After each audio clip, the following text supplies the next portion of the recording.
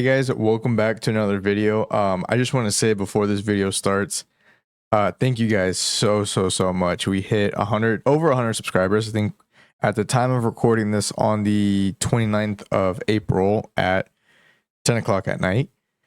104 subscribers, so thank you guys so much. I appreciate the love and support you guys have given on the previous videos. I know you guys had a lot to say in the comments, and I appreciate all the feedback, all the love, all the support, all the criticism as well. A lot of questions, and that's what I want these to be about, is community discussion, because like I claim, I'm not the best Yu-Gi-Oh player. I'm just trying to give y'all information. I'm just trying to put things out there. I'm trying to get y'all thinking.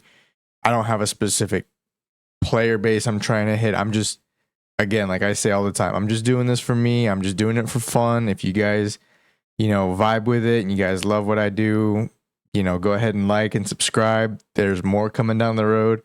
But again, guys, I really appreciate all the love and support. And hopefully, 100 subscribers, that's a big deal. That's a big deal. My wife actually, we had a little mini celebration for it, because it's a big milestone. It's a big milestone. I don't know how big this channel is going to get. I don't really plan to, do the algorithm and post every day 10-minute videos and do all YouTube shorts and, do all this stuff. Maybe one day I get to that point. But right now, I just want to do this because, like I said, I have fun with it. I do this for me. I do this at my own pace.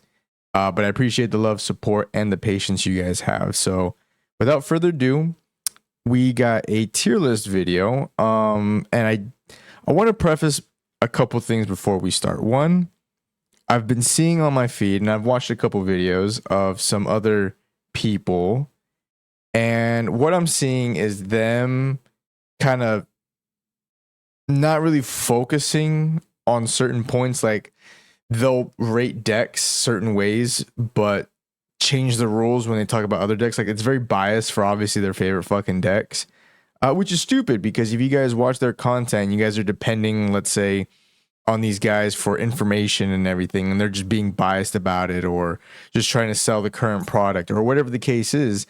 Because let's be honest, Yu-Gi-Oh is still kind of expensive to get into. A deck core of something could still cost upwards of 100, 200, 300 bucks, just depending. I mean, if you want to play Kill Tune, Kill Tune. I know someone commented in my last video that when I was saying Cool Tune, it sounded like Kill Tune, Cool Tune, whatever. That's an expensive deck, and not everybody wants to play the most expensive deck or can afford it. So I don't appreciate them shitting on other people's decks. Whether you play heroes or whether you play, the legendary modern decks, Mitsurugi, whatever the case is, everyone has a reason for the decks they play. And I believe that you can win with any deck.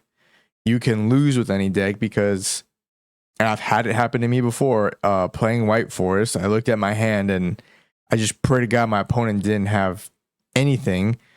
Normal summon Sylvie, Imperm. Pass. And then I lost that game because they proceeded to go full combo. I didn't have any hand traps. I had some bricks in my hand. And some of that can be avoided with, testing and taking out bricks and, changing your ratios and theorizing and doing all this extra stuff outside of the game to give you the best chances possible.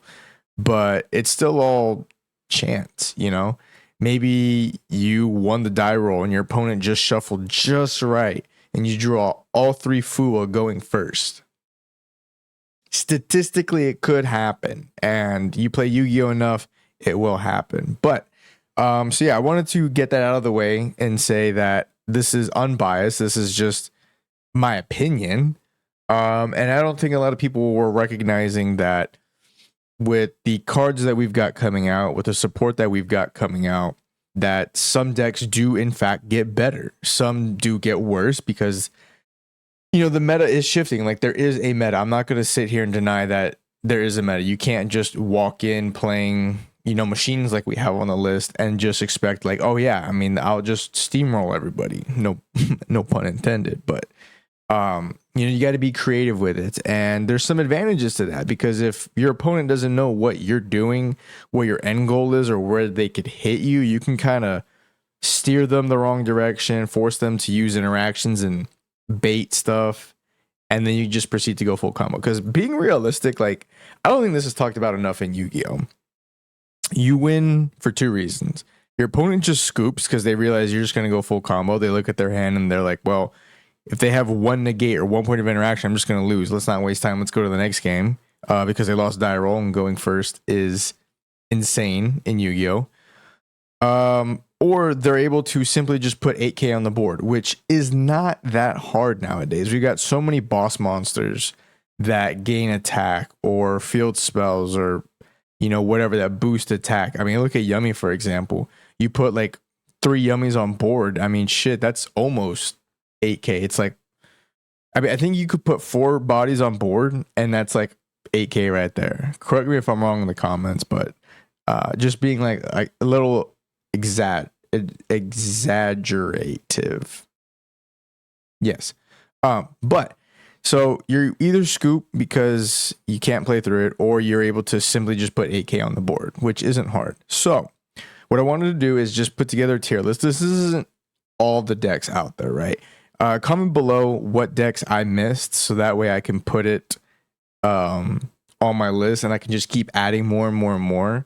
And let me know if you guys, I'm going to rate these decks. I'm going to talk about them. I don't know everything about all these decks, but let me know in the comments below if I misjudge something, or that's what I have the question mark tier for, is if I can't speak enough about something, it'll probably go there.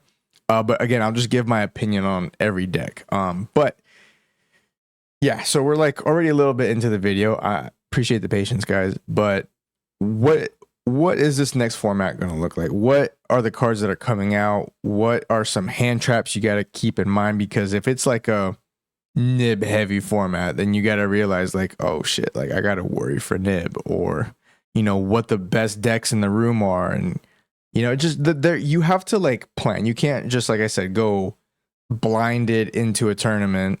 And I'm talking like locals, OTS championship, box tournament, case tournament, that sort of stuff. You know, you can't just go in blind and just expect to do good. Like, you have to know what's going on. Like, Malice isn't really a big deal right now, so Lancia is not really big in the format. But Malice is a big deal because it's still, spoiler, an insane fucking deck. Shifter is still a card. But yeah, so Nib is probably not going to be around. We know that Synchros are going to be very strong. We know that Harmonia is going to be out. But the thing is with Harmonia, speaking on Harmonia, is that one, it's going to be expensive, right? Not everyone can afford 3 Harmonia just right off the gate. Some people might solely get 1 each month because the world is trash and the economy is trash. And yours truly would love 3 Harmonia, but yours truly does not have 3 Harmonia type money.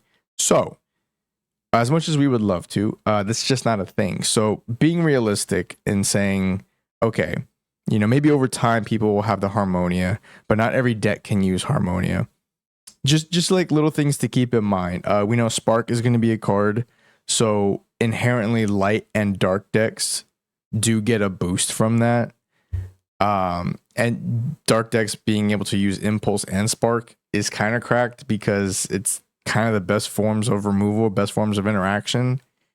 So yeah, without further ado, let's get into it and see how this goes. Now, starting off, we're going to start with like the Patron Medius decks. So first up, and I'm sorry guys, some of these cards were hard to find, or I just threw something up there so you guys would know. I put this together pretty quickly because I want to get this video out. But first, we got the Power Patron deck.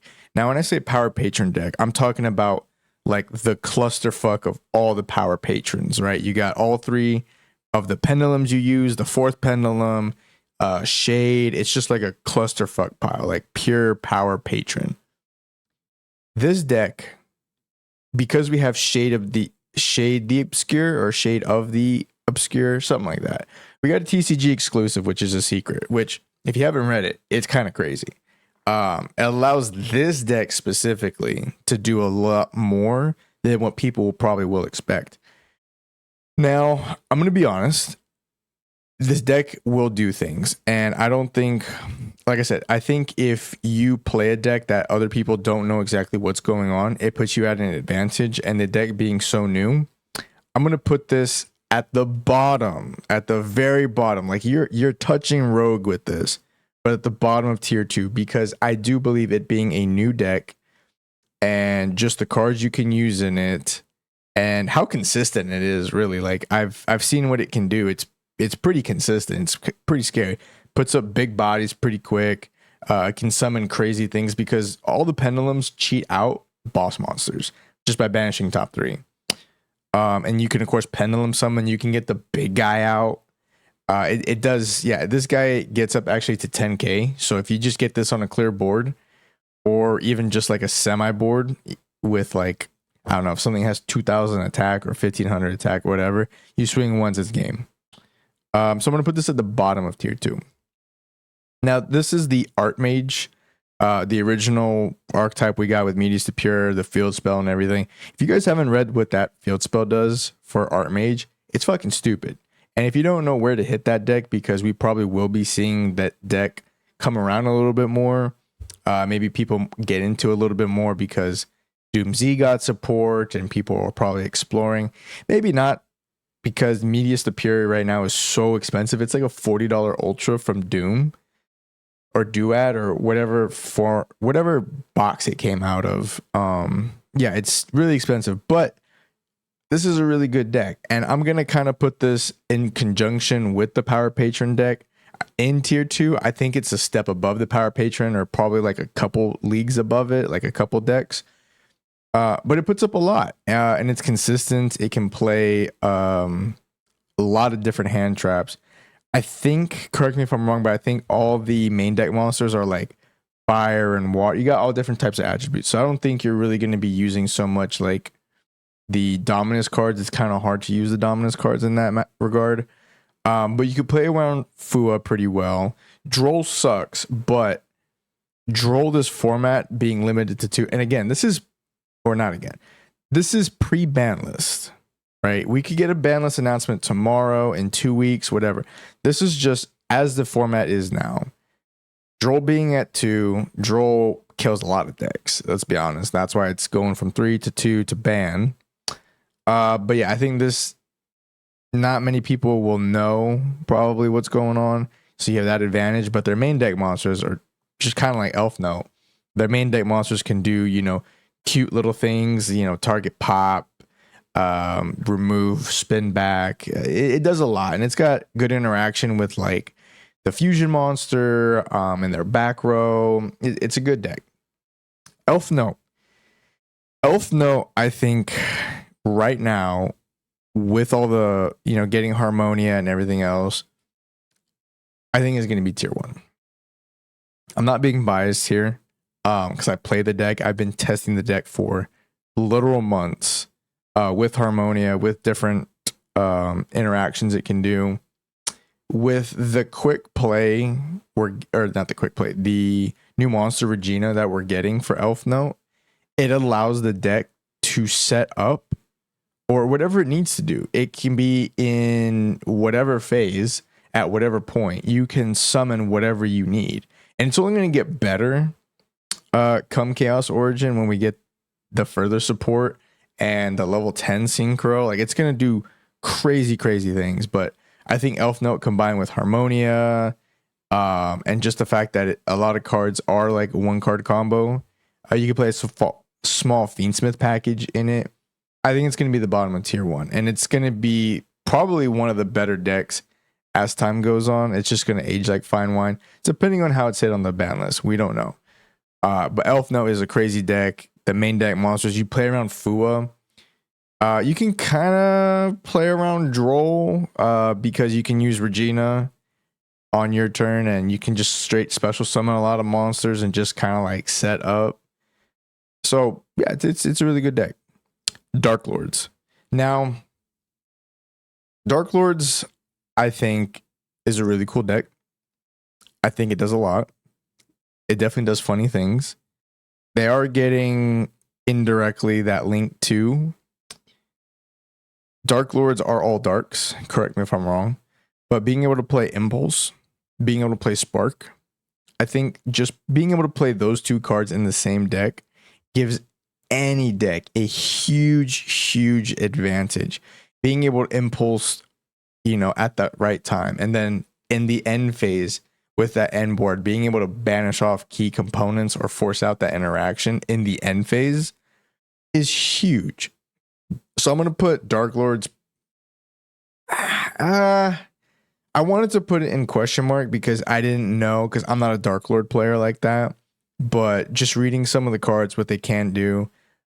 Julian on the team, he plays Dark Lords. He loves it.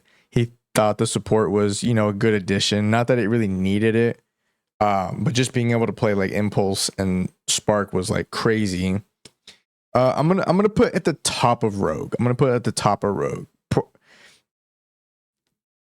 I want to say tier 2, just for the simple fact it can play those two, but I'm gonna put at the top of Rogue. Moving on. Trains, machines, everything. If you don't know, in Blazing Dominion, we're getting 2 new Gustav Max Cannon Xyz. And we're getting some train support. We're getting a bunch of stuff for these guys. I've played against trains. They can full combo. This guy probably obviously knew what he was doing and was testing for a while. Yeah, I lost before I could play a card because he was just able to make Gustav Max Cannon, and there was like 3 Xyz on board, and then I walked away because he just comboed forever, and I lost. I was at 0 health. How did he do it? I didn't know. I didn't save the replay. I wish I did, but trains being able to also play Varudris, whatever, the Omni Negate level 10, because they're all level 10s. They're also big bodies as well. Like, they're all like huge bodies, huge attack, huge defense. Being able to put the bodies out is like nothing. And then you have, the Omni Negate from, I was going to say Sargeras. Too much World of Warcraft. If you know, you know. The guy that is a machine, equips a monster, and is an Omni Negate, whatever his name is. You get that. I feel like Trains is pretty good. I would say, like, it's definitely Rogue. You're not going to be going up against like the best decks in the room at like a YCS or anything. But I think you get some funny wins with Trains, and I think they got good support. Earth, what is Earth? I think you can still play Impulse. Correct me if I'm wrong. Maybe Purge. I don't know, guys. It's late at night. I'm fucking tired. I just wanted to get this video out for you guys. This is just my opinion. I'm just a guy on the internet. If I'm wrong, that's what the comments are for. Let me know right there. Let's have this conversation. I am looking in the comments on this video for the interactions. I'm looking to get the information from you guys. So please let me know. Vanquish Soul. It's hard to tell where this is gonna land. I think it's a great deck still. And I know it's got some hits on the ban list and maybe some further ones. I don't know. But this is obviously a deck that can play K9, so you get that little bit of extra, like you can make a Zuna on your opponent's turn and Ripper and do all that stuff and yada yada yada. So this is not just pure, this is mixed with K9. I think this is definitely, tier 2 up there, tier 2. I don't think it's crazy, but being able to play on your opponent's turn, which seems to be like a lot of decks Konami wants to make. I guess just because they're trying to help going second. Yu-Gi-Oh's in a crazy state right now, right? With side deck and Fua's being a thing, or Chummies being a thing. Ash Blossom debate, going first, going second, who's more powerful, you win die roll, there's a lot of stuff about that, but a deck or decks being able to go second and then play on your opponent's turn to get some sort of interaction, some sort of setup for your turn, I'm okay with. I'm actually for it, because I don't just want to sit there and have my opponent just combo off and hope that I drew, the one thing that could help me. So yeah, I think the K9 Vanquish Soul deck is still a really good deck. It's hard to see if it's going to change going forward. But yeah. Yummy. Yeah, it's hard to say what Yummy is gonna be. Like it's identity. It's identifies not just as a pure deck. I've seen a crazy thing where it was just Yummy pure synchros and they were using Harmonia, which kind of fucks you because you can't play and link into Snatchy, because I believe the clause is if you Harmonia, then on the next turn you can only summon synchro monsters. Which, by the way, if I remember it like that, then that's a good hand trap. Not everybody can use it, and if you do use it, it's got a clause to it. Sorry, just cleaning off some dust.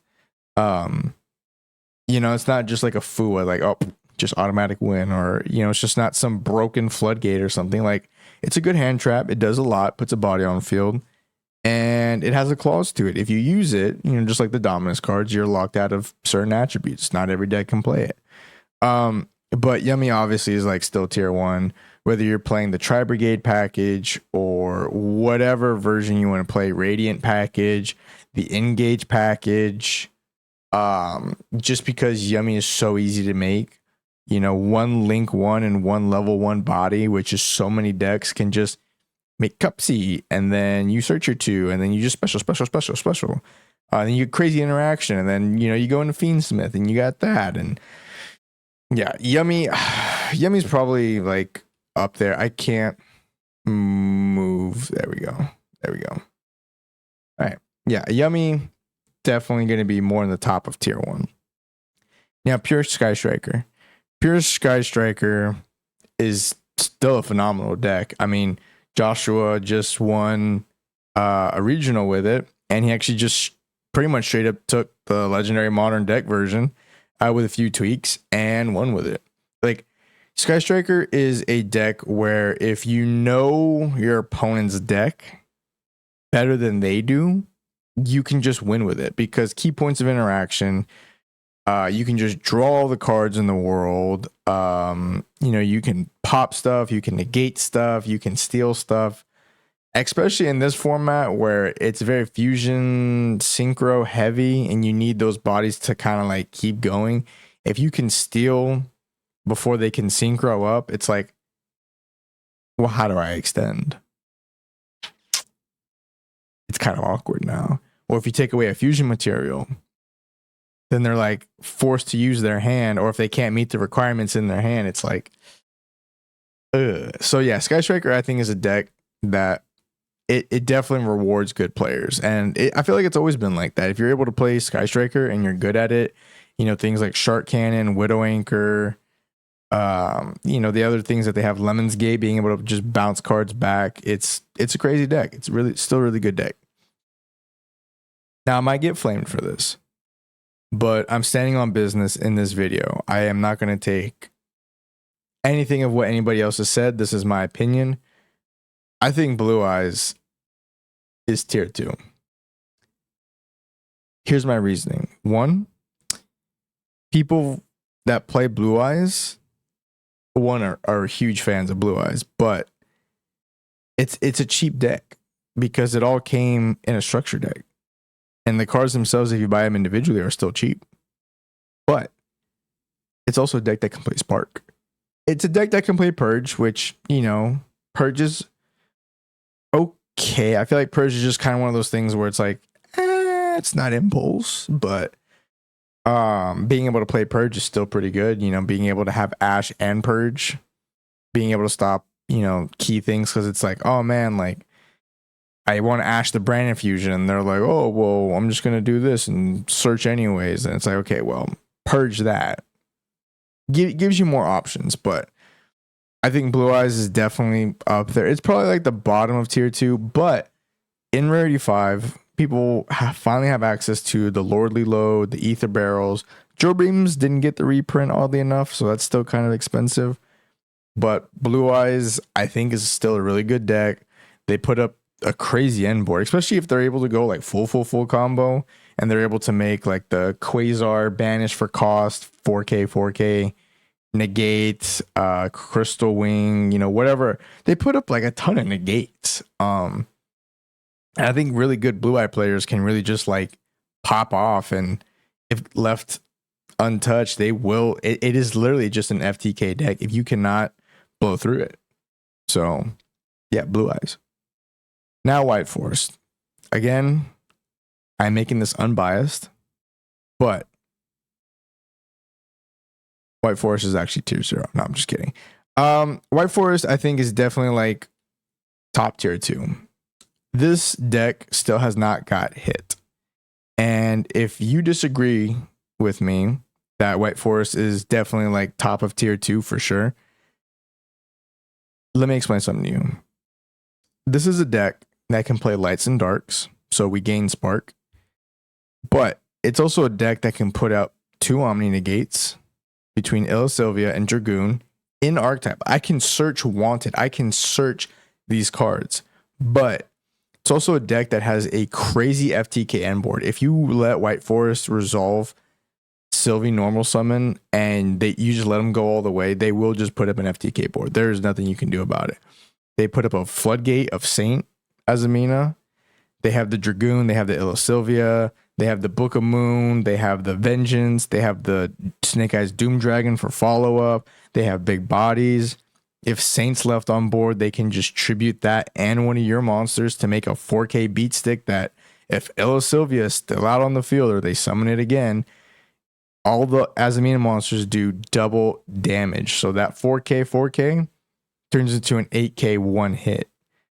So yeah, White Forest not getting any hits. Wanted still at 3, Witch still at 3. Just the toolbox that this deck has is crazy and definitely top of tier 2. I don't think it's tier 1. I think it's like definitely pushing tier 1. I would say it's probably top of tier 2. White Forest is definitely like kind of up there, and it's got a high ceiling. It rewards good play, good players. Yeah, White Forest. Dracotail. I'm not even going to touch on this one. We all know where it belongs. I don't know why this one's being weird. It hasn't got hits. It's super consistent. It does the thing with the branded cards. So, yeah. And then speaking of which, I've got the branded Despia. It's the decks right now with Fallen the Virtuous and the White Dragon, and people aren't even using branded fusion anymore. They're using that hawk that banishes Mercurier, and Mercurier searches something, and it's like, well, we don't even need branded fusion anymore, so we can't even get ashed at that point. So it's like, fuck, man, this deck just like doesn't stop. Both versions of the deck do a lot, and there's nothing wrong with that. You know, if you're a huge branded player and a big fan, you know, there you go. Do I think these decks are gonna stay at the top here for long with the next ban list? Probably not, but you know, they're good decks. They're good decks. Cool tune. Here's what I'm going to say about this, right? The deck is expensive. The core is expensive. Harmonias are expensive. You know, if you're going to like regionals, YCSs, OTS championships, stuff like that, you'll probably see a good amount of this because people don't want to waste their time. They just want to play whatever is best, and do play whatever is best just to get a win. You got the guys that will take stuff like, you know, Exodia, or, you know, just whatever deck that's not meta, anti-meta, the underdog, if you will. You know, cheap deck, have the advantage of the opponent doesn't know what you're doing, and get a couple wins. But Kill Tune, it doesn't change the fact that where I think this deck is crazy is hand knowledge. Because if you have Nib in your hand, they can see the Nib on like the 4th summon or sometimes the 3rd summon. And it won't matter. They'll just set, pass, and they'll just still have interaction on your turn. They can look at your entire extra deck and pick out key components, which I think is what a lot of people are scared of. Because like I said in the previous video, if you are running the Fiendsmith package and you have just one sequence or one Requiem, you know they're going to hit that Requiem and they're going to cut off your whole Fiendsmith. But if you play 2 Requiem, kind of makes it a little awkward, or even 3 Requiem. You don't care about the extra deck too much, like Mitsurugi. I think people are just scared that Kill Tune can look at your extra deck, your hand, the top of your deck, and decide. It's just like a semi-control deck. And it's a deck that's kind of hard to interact with unless you have like Impulse or, Imperm doesn't even really hit it. They don't really do that great going into a board. But there's definitely things that easily just shut it down, like Retaliating Sea, Contact Sea, Shifter Hurts, obviously, getting rid of the graveyard effects. But there's no denying that Kill Tune is like up there. It is consistent. It's good. It has floodgates. It does dumb shit. It can put up a good board. It puts up big bodies. They can affect the levels of stuff, but it's not like a crazy. Like, I think people are more scared of the deck than they. Am I sweating? It's kind of hot in here. Like it's a crazy deck, but it's not that crazy, guys. And I don't want y'all to be scared of it. Just know that they will look at your hand. They will look at the top of your deck. They will look at your extra deck and just do big bodies. That's what you have to deal with. If you can maneuver around that, if you can plan for that, if you go to these big tournaments, cool. If you're just going to like your locals and you don't really have that like that sweaty of a meta scene, then you don't really gotta worry about it. But just to keep in the back of your mind that this is a stupid deck. Heroes.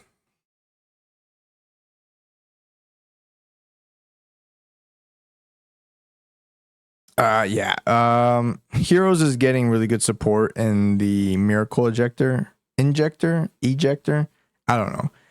They're getting good support. And this deck, although it does end on a nib token, what I said at the beginning of the video, not many people are running nib. It's not a really nib heavy format. Droll got hit to 2. So, reading the room, you can kind of get away with playing hero. And they have a ton of good cards. It's unfortunate they have some one-ofs, and if Kill Tune looks at your extra deck, they can rip out, the key pieces and makes it definitely a little awkward. But I think Heroes is still a good deck.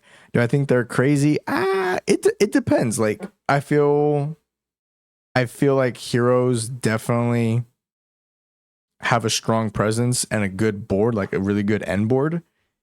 Dark Law is a card that exists. They have, the quick effect mass change. They have like a ton of good stuff going for them.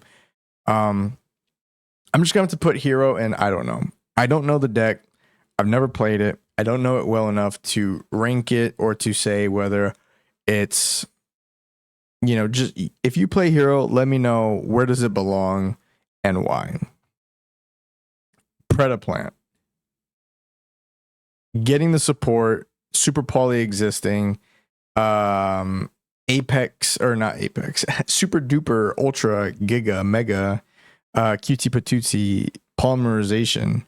And you will have to say the full government name in order to resolve that card. But with the support that we're getting, I mean, it's just really good support. If you guys haven't read the cards, it's really good support in Blazing Dominion. The deck does a lot of things, and there is a lot of dark monsters running around. So being able to have super poly and being able to go into your own big boss monster and do things and make Stapelia and give things counters and negate them at any point, I think the deck is pretty crazy. And if you're not prepared for it, be prepared. I would definitely go through, read the cards, read the support, read what it does, because knowing is half the battle. They do crazy things. It's also all dark, so they get the boost from being able to use Impulse and Spark. So just something to keep an eye on. Now we got Archfiend. Archfiend, I don't know. I got to be honest. I don't know. You do get to use Harmonia. You get to use Impulse. You get to use Spark. You got crazy new boss monster. You got some good reprints throughout the years. It's a cheaper deck. But it's kind of hard to say. Like, I've never played the deck, but it's kind of hard to say like how consistent is it?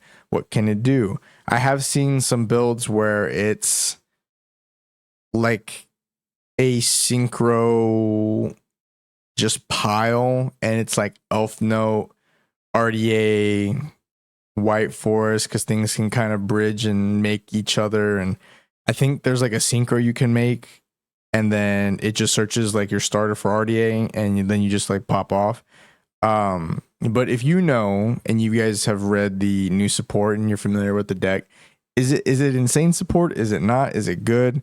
Where does it rank? What do you get boosts from? You know, given that this is not a nib heavy format, I know you guys, you know, care about Droll because searching is a thing in this deck. But Droll being at 2 and nib kind of being gone, Impulse being around and Spark being around, like how do you fare up? How do you fare up? Let me know. Clowns, definitely rogue right now. Definitely rogue. It does cute things.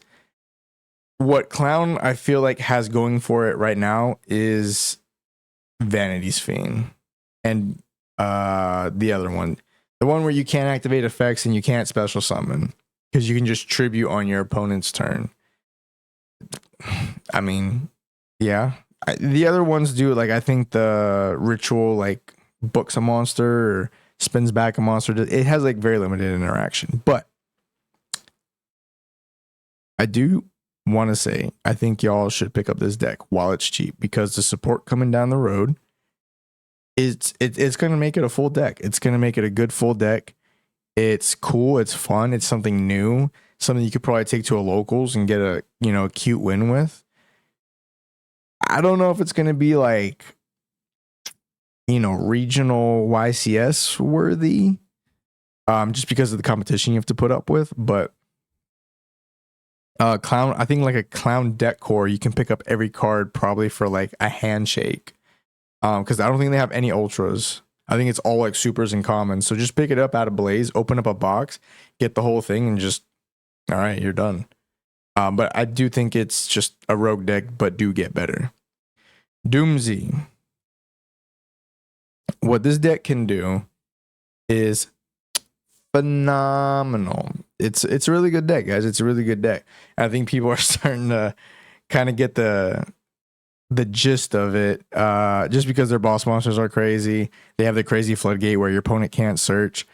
And in case you didn't know, if you have the monster equipped with the trap card and you do like talents to take and you take it, the trap effect still applies to you. The person that stole it thinks like, oh man, now I'm not affected by it. You still are, because the trap is still, like, the way it works in the ruling is you are still affected by it. So don't even bother, in case you guys didn't know. Don't even bother stealing it. You just got to get rid of the damn thing. But yeah, Doomsy is definitely good with the new Power Patron stuff they're getting. And like I said, with Shade the Obscure, I think it is, just gives extra consistency, does extra cute, funny things, more bodies out in the field, Xyz material, all that good stuff. Yeah, I would definitely like just throw in an Omega or throw in Dueling Book and just have fun with it, because it's a really good deck. It's really fun. Now, the Chimera deck, the Illusion Pile, Hecka Hands, you know, this whole thing, I definitely think is like top rogue. It's almost like borderline, like bottom tier 2. Like, the deck has a lot going for it. It's got good consistency, it's got good cards, it's got good starters. I think the attributes are like all over the place, so I don't know if you can benefit from any of the Dominus cards, which kind of like may change people's decks around. It's like, if you can benefit from the Dominus cards, why not? Because they are really good. But Illusion still is just like a great deck for what it can do. It can hand rip. I mean, this guy right here, their boss monster is like kind of crazy for what it can do. They got good interaction. They can make Guardian Chimera, which is non-target, pop 2, draw 1, or pop 1, draw 2. It's just a really good deck. Definitely really rogue. I think a lot of people are familiar with this deck though, because they've either played it themselves or played against it. You know, with the Hecka Hands, you might be able to do some cute things. You know, with the Illusion Pile, because that's what I'm really referencing here, you can definitely get some dubs with it. And it's kind of hard to say if you guys are playing Modern Illusion. Let me know in the comments below.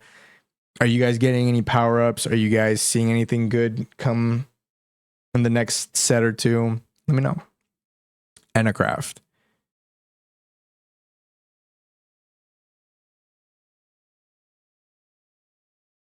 Yeah, the deck just kind of does stuff. I know this is kind of like unpopular opinion, but Encraft is just kind of stupid for what it does. I mean, you just main a sphere mode, you can main super poly, you don't care about your extra deck at all. The support that it's getting in Blazing Dominion does put this deck at such a crazy like level. Now don't get me wrong, this is like Labyrinth equation cannons level, like big brain mode. It is a control deck, that's what this is. But the whale card, being able to flip everything on your opponent's field possible, obviously not links, and they're stuck there, isn't the end of the world for like fusions and stuff, because everything obviously checks in the graveyard, but they can't flip those cards up. Those cards are staying there. And it's a very confusing deck. It's a lot of pendulum summon, but it's really consistent. It does stupid things. It can play vanities. It can play the fiend and the emptiness or whatever. Sphere mode. And the crazy thing about this deck is that you can keep the same monster revealed and just set a bunch of cards, and your opponent has no idea what you set. They're like, oh my god, does he have the whale? Does he not have the whale? Does he have the spell trap negate? Or I don't think I have a spell trap negate. Do they, like, what do they have? They have no idea. So you're looking at 5 set cards pass. Obviously, evenly just fucking makes this want to cry. But yeah, Encraft, if you guys don't know what it does, watch a video or two on it. I'm not smart enough to make a video on it. I do have as proof, I got the deck core. I have it. It is a really good deck. It is a really good deck, and I'm excited. I will be picking up the new stuff because we're gonna get a box or two out of it. But what this deck can do, just read some cards. Trust me. Super Poly is a card. Cool tune. Look at my extra deck all day. I don't care. Malice. Still tier 1. Probably right there. Shifter is still a card. Fissure is still a card. Spark is a card. Impulse is a card. I mean, Allure is still at 3. This deck is just fucking stupid. I almost want to say fucking here, just because it like fucks over these decks so much. Like, I think if you're not playing Malice, you're behind. No, I'm just kidding. No, Malice is just, I think, like, honestly, I think it is truly the best deck of the format, because when you think it got hit, it really didn't get hit. Bestials are still around. Key components are still around. It's still a very playable deck. Gold Sark is there. And, I mean, like I said, Impulse and Spark are, Malice, in my opinion, I think is probably the best deck around right now. Again, just because like Shifter's there and it can mess with like a lot of these decks. Yubel. I put this up here because I noticed a lot of people are buying Phantom of Yubel. I know Unchained support is coming down the road. I know that there's just like some niche cards that, like the Phantom Beast cards. I don't know if this is going to do anything for it. I'm not even going to speak on this. I just wanted to put this up here. If you're a Yubel player, let me know in the comments below.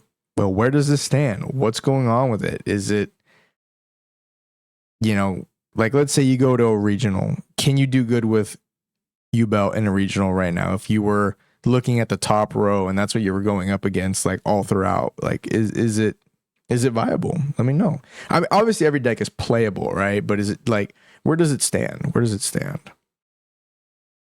Same thing with Unchained. Unchained is around. I know they're getting support down the road that hasn't been revealed yet. Looking at you, Julian. Is it going to be good? Same thing with Evil Twins. I don't know much about these decks. I just know that these decks are still around. They're fan favorites. A lot of people love these. Where do these stand? Where do these stand? Azamina, definitely top of Rogue. You can also play some of the illusion cards in Azamina, but I think like pure Azamina, being all darks, you know, Impulse, Spark, Saint, Omni Negate, Super Poly. I mean, you got a lot of stuff going for it. It's not anything crazy, but being able to put up like the Dragoon and all that stuff, definitely top of Rogue. It's just like consistency. It's like kind of hard to nail down that consistency. Radiant Typhoon, I think is still decent deck, still good. I don't think it's like a pure version of it anymore. It's got like other things baked into it. It's a good deck, you know, and I don't know if they're getting any support out of Blazing Dominion directly. But the deck is still good. You know, the draw 2 is still around. Chant is still unlimited. It's consistent. It's good. MST Negate, great. The only thing is that probably put it a little lower just because there's not a lot of back row, you know, like the key back row that you do want to hit would be like, you know, the field spell, or, you know, you got some back row with these guys.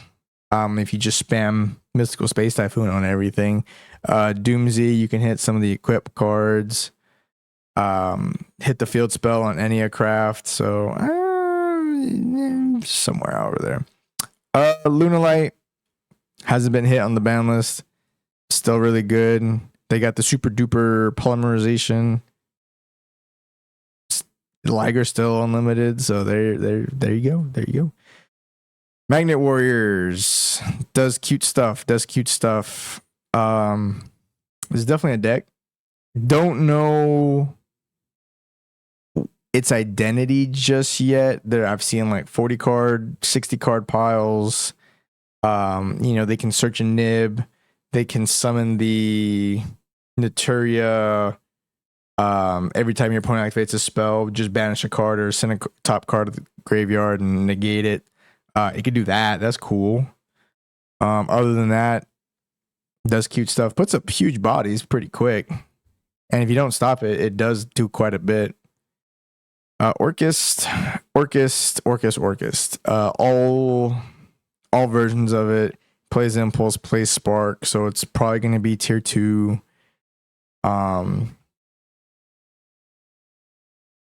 Like the middle of tier 2. Just because like the end board they can put up, they can play through a lot of stuff. If they have the field spell, everything's a quick play. They can activate everything and just play everything. Sure, yeah, why not? I know this video is getting kind of long, guys. I appreciate the patience. I'm also losing my voice halfway through this because I've been speaking for like, I don't even know how long, but Fire King can play Impulse. Fire King cannot play Spark. I think this is definitely like a good road deck. You can pick up some cool, cute wins with it. It got some reprints, so you can get some Starlights. That's cool. I know a lot of people play this with like the Draco Meteor, you know, nuke the whole fucking board 10 times over type of situation. So, you know, if your opponent doesn't have a board, then you can just a couple times and they're dead. Lab. I'm gonna have to put it here. I'll be honest. I don't play Lab. I did play Lab for like a month because I thought it was cool. I don't know where it would stand today. I don't know if it's getting any boost from anything. I know Solemn Report or whatever it is a card. So they can control the game even further, especially being able to like engage and just get rid of all the engages. That's pretty powerful. But yeah, I don't know where this stands. Man with a Mark, I think, is like upper Rogue. Still a crazy deck. Puts up a lot of negates. They don't really care too much about the extra deck. I think they can play Impulse and Spark. Is Man with a Mark Earth or Dark? I'm pretty sure he's Dark. Correct me if I'm wrong. I think it's a solid option in Rogue. Think you can pick up some good wins with it. I know I'm kind of saying a lot about like this. I'm saying the same things about a lot of decks. Guys, you can win with any deck. You can, like, it's about the player. It's about you, the pilot. Like, that, it's just as simple as that. It is unfortunate that some decks are more consistent than others. Some can abuse more cards than others. Some have more advantages and consistency than others. But every deck is playable. And if you know what your opponent's doing and you have, like, if you set up a board and you're like, okay, I have 2 pieces of interaction, or I have 3 pieces of interaction and a hand trap, then just tally that up, what you got, what you can do, and just hit your opponent. Don't just go right off the gate, just fucking just wasting everything. Because if they know what your deck is doing, they're like, okay, he's got 2 interactions here. If I can make him burn through these 2 or her through these 2, then I'm scot-free. But if they hit me at this choke point right here, I'm kind of screwed. So yeah, any deck can win. Pure K9, I don't think is like crazy. Let me know, is there any pure K9 decks out there? Is there any pure K9 players out there? Memento. I think Memento is definitely a good deck. I would say probably the bottom of tier 2. You can definitely pick up some wins with it. You don't have just the bodies to make Underworld Goddess or whatever the goddess, the Link 2 Goddess, just to make Fiendsmith and go full Fiendsmith combo. But I think Memento definitely has a good amount of interactions. If you set up your graveyard and your field and everything on your turn, you can definitely like have plenty of interaction with your opponent. It's hard to like kind of like a slippery fish. It's kind of hard to stop them. You don't care too much about Nib, even though Nib's not even really around. Yeah, Memento is, I think, a really fun deck. If you guys haven't played Memento, try to learn it. It's honestly a lot of fun. Pure Mitsu, thing is definitely up there with the goats. They got Spark now. They got Impulse. It's a cheap deck. Anybody can pick it up for cheap and play it. Not that, you know, Impulse and Spark are cheap cards, but you know, it's definitely up there. Last 2, this is like any version of like Fiendsmith plus another engine. If you're running 2 engines side by side, definitely like middle of Rogue, upper Rogue. Fiendsmith has been, well, not tracked, but Fiendsmith has been printed into the ground now, other than track. It's a really good engine. Caesar's still around. Rex Tremende is a really good boss monster. Unaffected by everything that's not Fiendsmith cards, which is kind of hard to get because not a lot of people are playing Fiendsmith. Yeah, it's Fiendsmith cards, guys. Pick them up, I guess. And then the Exodia. Obviously, Exodia. I mean, the guys, I can hear you in the comments. This is unbiased. I promise. Exodia actually is the best deck in the room. Because it can play literally everything. It can play Shifter. It can play Fissure. Blows up your opponent's board, makes a big body, and swing. Actually, they did get support recently with Heart of Gaia, or Heart of the Gaia, or whatever. So they got a little bit of support. All right. No, I think it'd be kind of hard to play some of the Dominus cards, but yeah, that's it I got for this. I'm gonna rewind that back. That's all I got for this video, guys. It's been a long one. Thanks for sticking around. Again, this is just my opinion. I don't play every single one of these decks. I don't know every single one of these decks in and out, left to right, south to east to west to north. Let me know in the comments below if you guys agree, disagree, what you have to say, what decks I missed, if I was wrong about something. Obviously, you guys can't say anything about Exodia because it is just the best deck in the room. I'm sorry. It just does everything a deck could need. But on a serious note, guys, thank you guys for the love and support. Again, I cannot thank y'all enough. It's been really cool to see me doing this for fun and it actually kind of turning into a little something, you know, 100 people, 104 people, 100 and whatever people we're at now. It's just cool to see. It's really awesome. And I appreciate you guys again 1,000 times over. And I'm going to keep doing this. We're going to keep going. There's plenty of content out there. There will be ideas down the road that I do want to try now that I've kind of got a little bit more of a schedule going, like a set schedule, and we're able to manage that. But yeah, that's all I got for now, guys. I will see y'all in the next one. Peace.